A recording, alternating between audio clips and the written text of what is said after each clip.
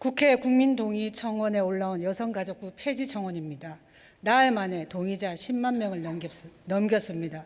장관님, 여가부 폐지 주장이 왜 나오는지 아십니까? 물론 그런 이유도 있겠죠. 그러나 그것은 본연의 업무에 충실하지 않고 특정 진영의 이익을 대변했기 때문이라고 봅니다. 현재 여당 의원이 이사장으로 있던 정의기억연대의 회계 부정 의혹을 감싸는 데 급급했습니다. 장자연 사건 증인 윤지호 씨에 대해서는 어땠습니까?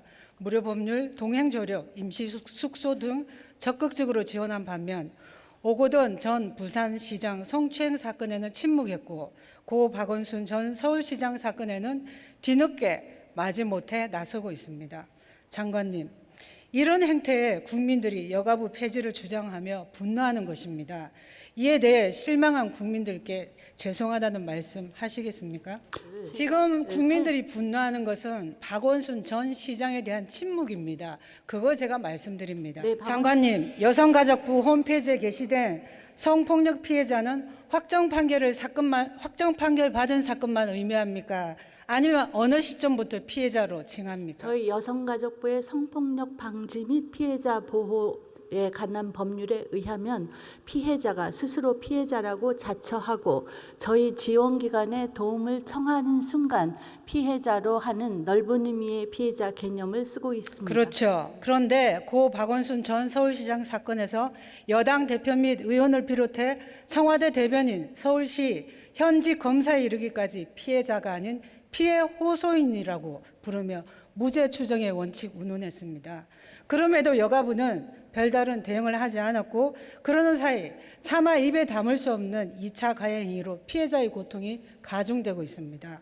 정부조직법상 여가부는 여성의 권익 증진 등에 관한 사무를 관장하고 성폭력 예방 및 피해자 보호가 주요 업무인데 여가부는 그동안 어디에 있었습니까?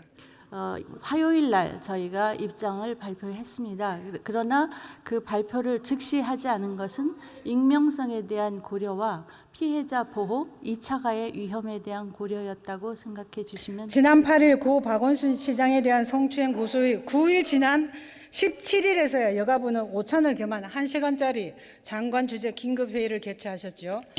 장관님이 주재한 여성폭력 방지 긴급회의 결과입니다. 보십시오. 첫 번째, 침묵하고 있는 다수 피해자들이 안심하고 신고할 수 있는 제도 보완이 중요하다고 하셨는데 어떤 제도 보완입니까?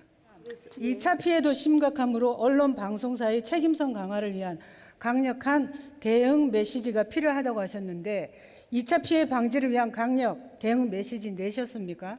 피해자 의료 지원 및 임시 주거 지원 등 적극적인 지원 체계 마련은 하셨습니까? 이미 그 보호 체계 안에서 피해자가 보호받고 있습니다. 그렇습니까?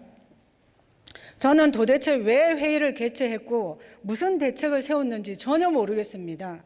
국민들이 이것을 보고 어떻게 피해자가 보호받고 있는지 알겠습니까?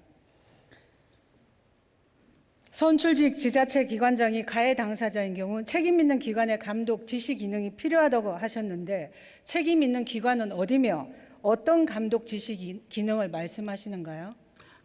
그것을 지금 제3의 아까 말씀드렸다시피 그 대부분의 선출직의 경우는 국민주권주의의 원리상 어느 누구도 그분의 권한을 제약하는 것이 어렵게 되어 있기 그러니까 때문에 책임 있는 기관이 어디입니까? 책임 있는 기관을 어디로 할 것인가를 논의하기 위해서 여성폭력 방지 이제서야 합니까? 했습니다. 여가부 생긴 지가 언제입니까? 여가부의 존재 이유는 홈페이지에 게시한 대로 가해자가 서울시장이건 누구건 거대한 권력형 성범죄의 피해자를 철저히 보호하는 데 있습니다. 지금 여가부는 그렇게 하는 것으로 보이지 않습니다.